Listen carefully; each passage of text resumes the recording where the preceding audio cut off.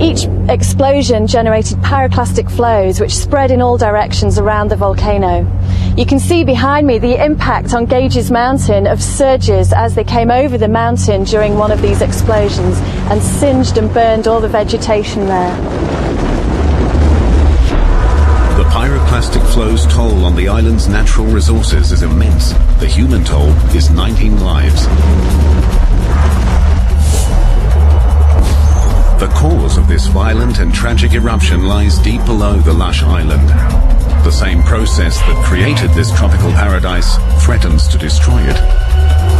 Here, the North and South American tectonic plates collide with and plunge below the Caribbean plate in a process called subduction. The subduction takes place at about 130 kilometers depth, that's about 80 miles below the surface of the Earth. As the plate goes down, parts of it melt, and this forms magma. And the magma works its way up to the surface over many thousands of years.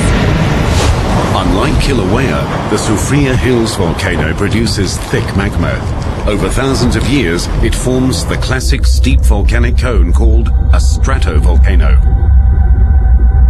The magma contains a variety of gases, all under intense pressure. It slowly rises until it reaches the Earth's surface when the pressure is released. Just like a bottle of champagne, the gases suddenly expand and the volcano violently erupts.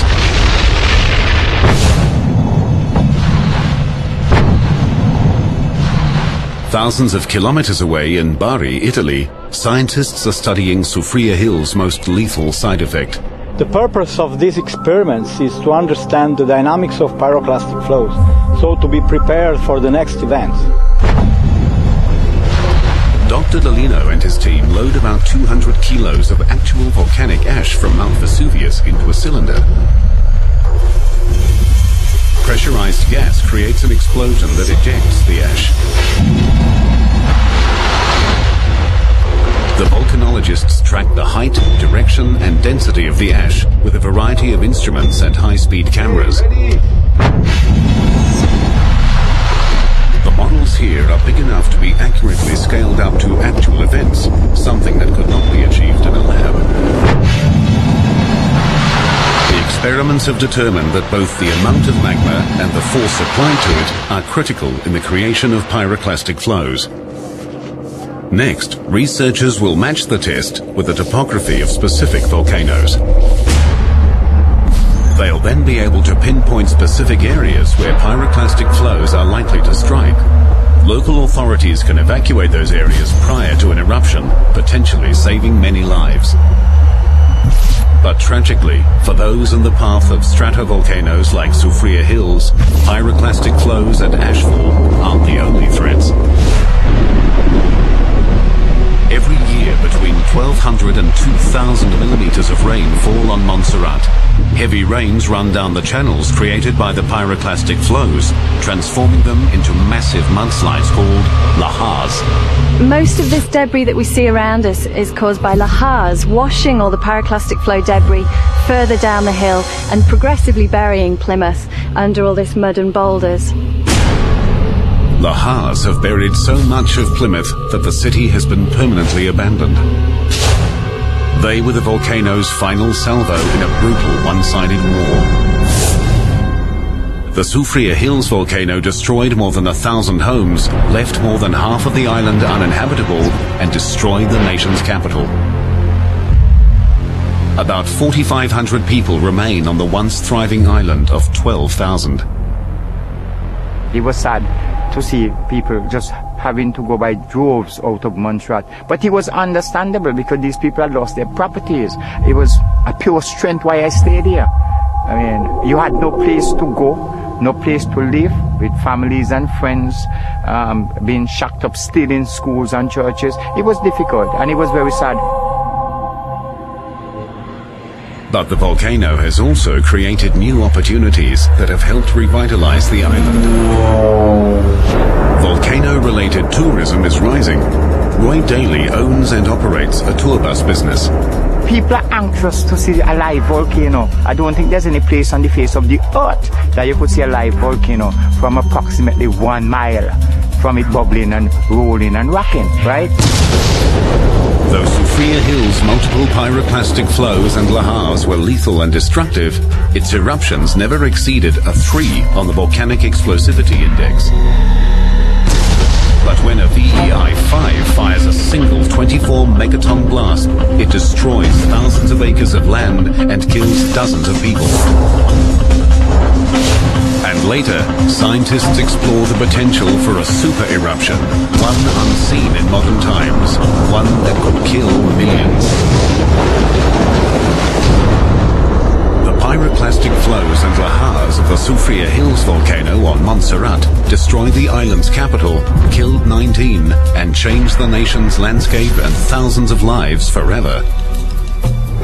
In 1980, America's Pacific Northwest experienced a different and rare type of eruption that acted like a giant cannon blast, flattening entire forests and killing dozens.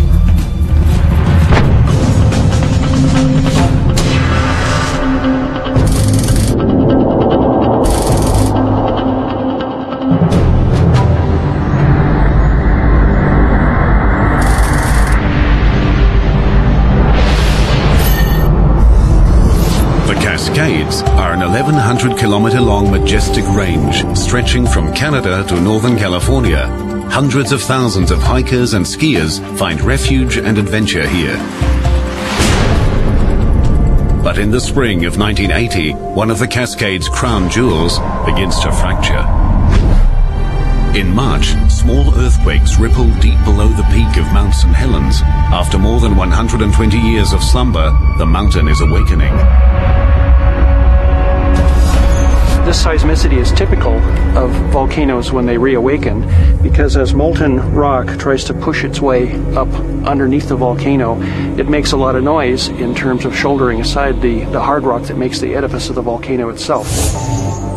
On May 17, Keith Ronholm, a geophysics graduate student intrigued by the mountain's activity, decides to get a closer look. Mount St. Helens was erupting about every 5 or 8 days. I had gone to a place called Bear Meadow to try to get a view of one of these small summit eruptions.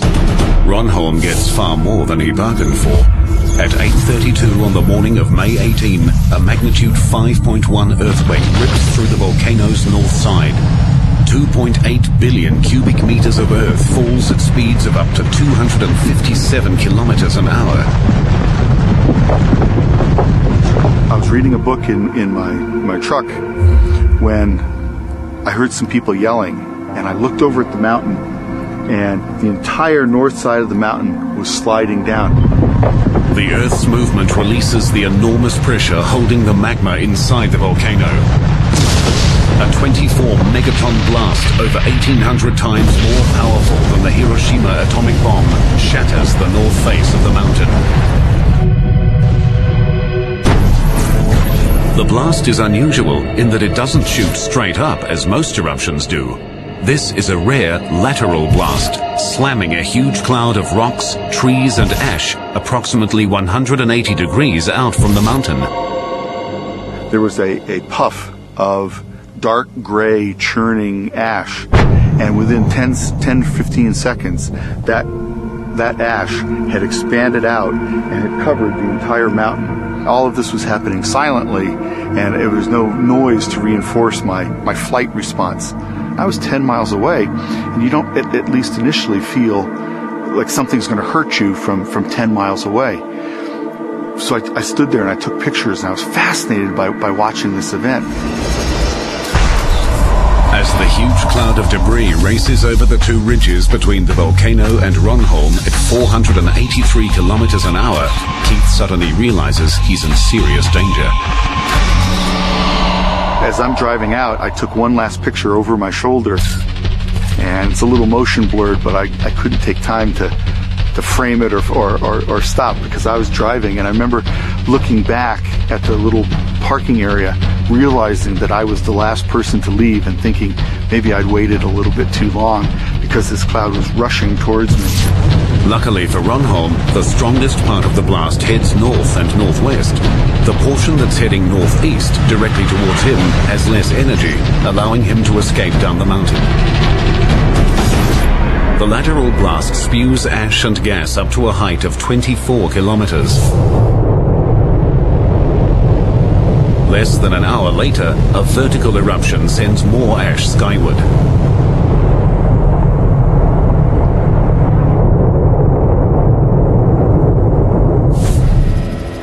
Into this grim scene flies Jess Hageman with the Washington Army National Guard.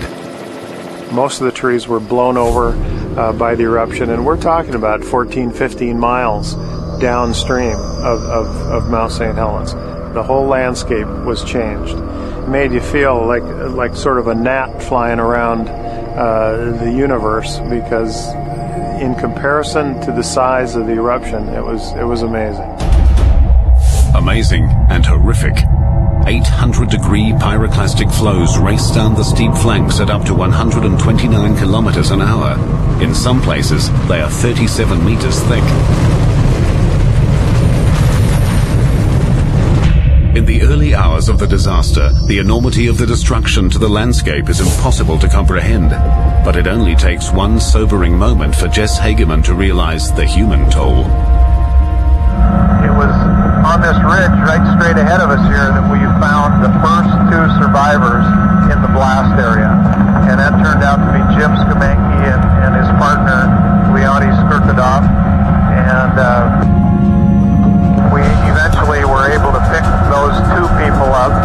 Leonti died in the hospital after we got him there, but Jim is still alive and survived. Rescuers find a handful of stunned survivors, but the eruption kills 57, mostly campers and tourists. 9 hours after its start, the eruption ends.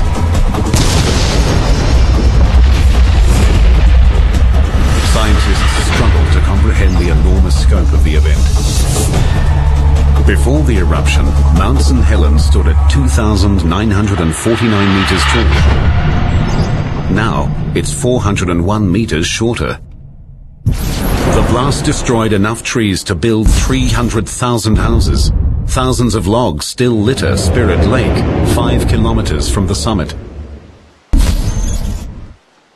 The volcano shot out more than 508 million tons of ash that spread across the entire US in 3 days.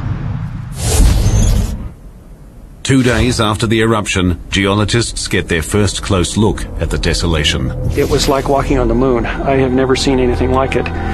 This entire area, which is 600 square kilometers or 230 square miles, was totally devastated. There wasn't a living thing in that entire area, not an insect or a bird or an animal. There was only one color, and it was this gray color of the deposits. The ground was covered with hot rocks, and there were fumes and hot gases coming out of the ground all over the place. In the months following the eruption, teams of experts carefully study every facet of the mountain. One oddity of Mount St. Helens was that some people heard the eruption as far away as Canada, but eyewitnesses like Keith Ronholm, just 16 kilometers away, heard nothing. Because of the way the temperature structure in the atmosphere gets cooler with height, that the sound waves from explosions are bent away from the surface of the Earth. And when they reach the stratosphere and the temperature again increases with height, they're bent back down.